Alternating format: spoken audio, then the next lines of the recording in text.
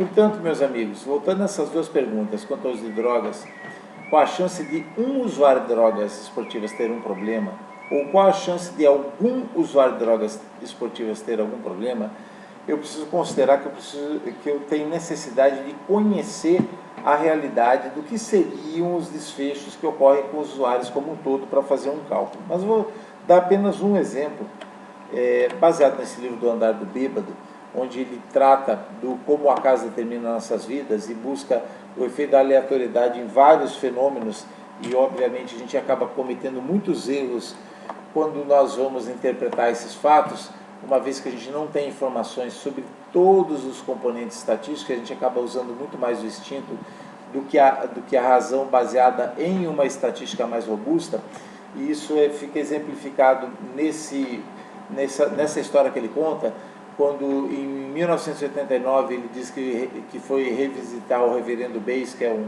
clérigo do século XVIII, que desenvolveu o cálculo do espaço amostral, ao ele receber uma carta de uma seguradora recusando seu exame, e seu médico dizer que ele tinha uma chance de 999/1000, ou seja, de 1 para 1000, de que nos próximos 10 anos ele fosse morrer, porque ele foi diagnosticado com AIDS. Mas vamos lá, a ideia que o médico passou para ele é que a chance dele seria muito pequena, de 1 para 1000, de estar saudável, baseado na estatística e na informação que ele tinha. Mas aí ele resolveu empregar o método de Bayes, afinal de contas ele é o especialista na área, e a primeira coisa que ele fez foi calcular o espaço amostral.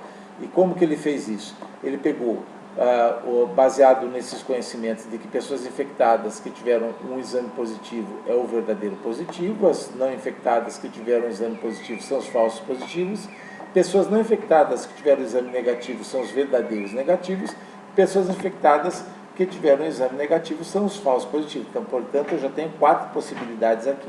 E dentro dessas possibilidades é acrescentado mais algumas informações.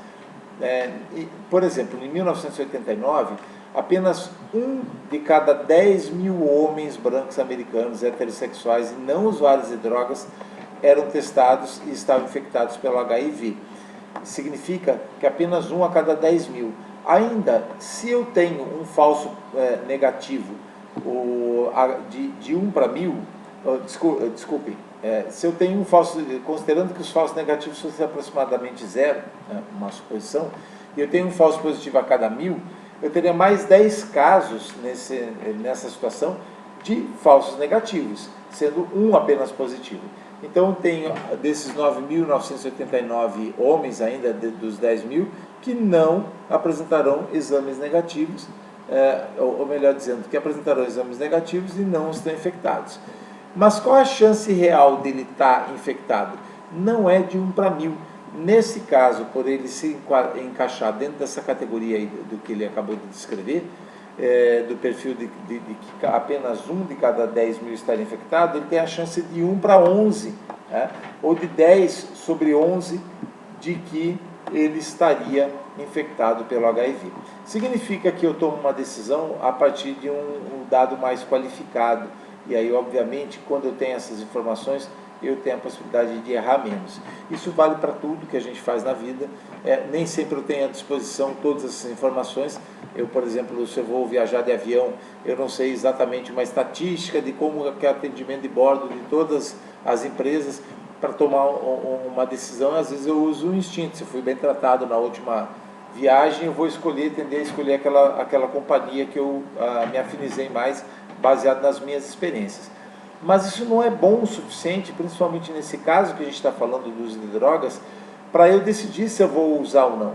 Se eu apenas uso uma experiência pessoal de que eu utilizei e não tive nenhum problema, ou que eu conheço algumas pessoas e não sei quais os problemas que elas têm, não é uma coisa evidente, isso não é bom o suficiente para eu tomar essa decisão, uma vez que eu não sei qual é o problema de saúde de todo esse universo de usuários de drogas.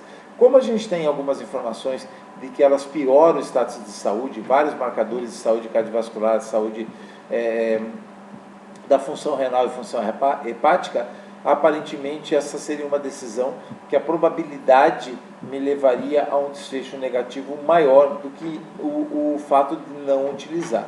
Portanto, com esse tipo de interpretação, eu passo a ter mais conhecimento e tenho condições de realizar uma análise um pouco mais segura e tomar uma decisão também mais baseada em evidências do que apenas em opinião.